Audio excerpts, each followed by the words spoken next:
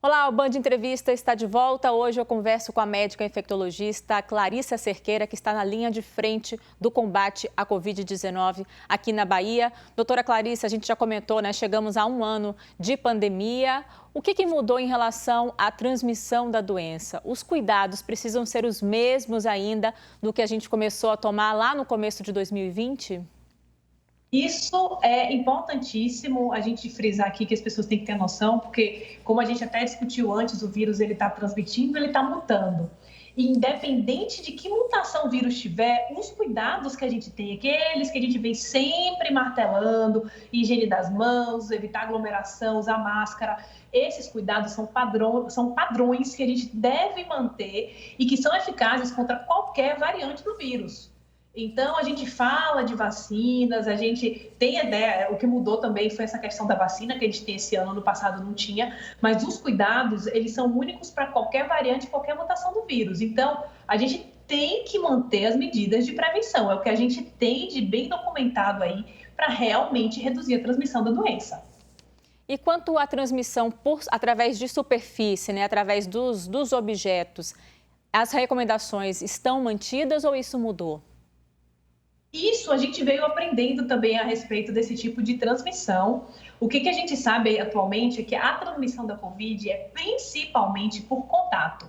Então, é muito mais você retirar a máscara em um período, você entrar em contato, conversar com alguém, alguma saída dentro de casa, receber uma visita, do que em si por superfícies. Isso é possível, mas tem um papel na transmissão muito menor. Então, o que acontece? Muita gente usa diversos produtos, deixa a casa limpa, mas aí sai de casa e vai comemorar alguma coisa no restaurante, no bar com um amigo. Então, assim, não adianta nada. Você está limpando a sua casa, mas você está se expondo de uma forma em que a transmissão é muito mais eficaz e muito bem documentada, que é através do contato.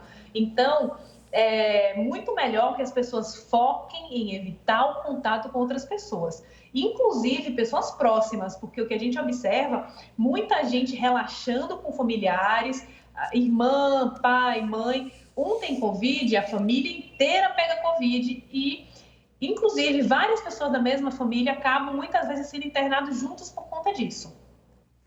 Agora, em relação aos objetos, né, essa limpeza da casa que a senhora estava falando, a gente ainda tem que, por exemplo, limpar tudo que compra no mercado quando chega em casa?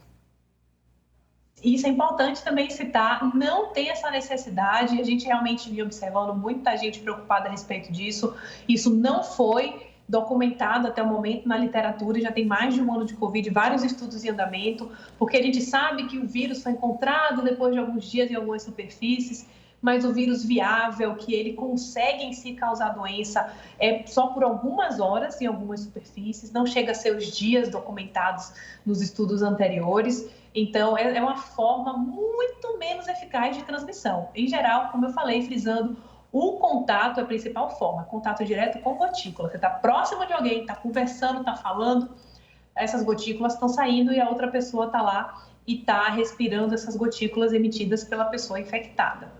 Então, o risco é o contato dessas gotículas emitidas por outra pessoa com as mucosas, né, do nariz, da boca. Agora, uma dúvida que até eu mesma tenho.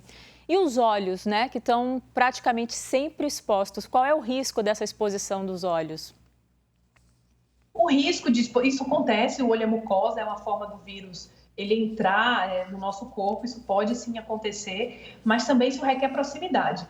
É mais fácil pelo nariz ou pela boca, porque é quando a pessoa respira. Então, está puxando o ar do ambiente, se tiver gotícula ali, vai puxar. Agora, nos olhos, se você tiver um contato direto, você está muito próximo de uma pessoa e ela espirra, tosse ou fala diretamente olhando nos seus olhos, aí você também tem risco de se contaminar. Só que é muito mais difícil a gente proteger os olhos, né? Óculos, talvez, para ir ao supermercado. O que é que você sugere?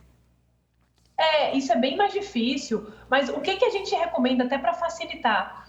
Seria muito mais importante o uso de óculos quando você está próximo. Então, se a gente está sempre, se as pessoas cumprirem as medidas de isolamento e evitar aglomeração, se você está sempre distante das pessoas, 1,5 m a 2 metros, você não precisa de óculos, que você vai estar mantendo a distância segura para evitar o contato com essas gotículas. Então, por isso que é bom, evita o contato, sempre mantém distância. Foi em algum lugar, viu que está com a fila grande, viu que está aglomerado, não vai naquele ambiente. Então, aí você consegue de uma forma segura, inclusive sem óculos, ir para os lugares sempre mantendo essa segurança aí da distância. Doutora Clarissa, e quanto aos sintomas iniciais, o que é que pode ser considerado um sinal de alerta, né? E assim, como diferenciar uma rinite, uma gripe da Covid-19? No mundo de hoje, a gente não consegue diferenciar só por sintoma o que é gripe, o que é resfriado, o que é Covid. Por ser um momento pandêmico, por estar todo mundo transmitindo, todo mundo com Covid, todo caso de alguma síndrome respiratória é caso suspeito de Covid. Ah, meu nariz está entupido, estou com dor de garganta, isso deve ser um resfriado. Ok, mas você é um caso de suspeito de Covid e tem que se isolar e fazer o teste. Então, qualquer sintoma respiratório hoje é um caso suspeito de Covid. Isso é fundamental, as pessoas terem essa noção e isso, inclusive, é importante saber, porque muita gente tem rinite de repetição e fala, mas um quadro de rinite não deve ser nada. Aí sai, vai trabalhar e é Covid e está passando para os colegas. Isso também é muito comum, a gente já viu alguns casos aí desse tipo. Então, qualquer sintoma respiratório, não sai para trabalhar, conversa com o chefe e procura os cuidados, faz o teste. E também a Covid, a nível de sinal de alarme, né, de gravidade, a doença, no início, ela não é grave. Ela começa com uma febre, pode ter dor de garganta, nariz entupido, nariz escorrendo, dor no corpo. Até aí, ok. Agora, passou de uma semana de sintomas, aí que mora o problema. Algumas pessoas podem complicar, e essa complicação, ela é tardia, ela não é no início da Covid.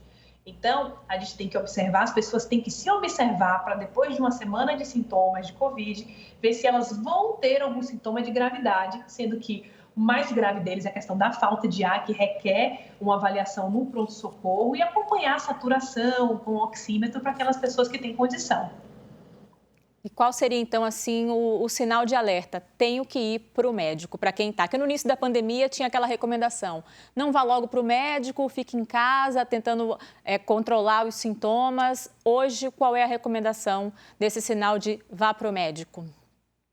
Isso, a gente recomenda ir para o médico, em geral, a partir do 7º dia de doença. Isso eu digo por conta da situação atual também, que todos os hospitais estão lotados. Então, muitas vezes o paciente ele entra no hospital, não tem indicação de internação, vai para casa com remédio. Mas o que realmente preocupa é falta de ar, então percebeu que está cansando, não é para pensar 2 vezes, é para ir para a emergência fazer uma avaliação.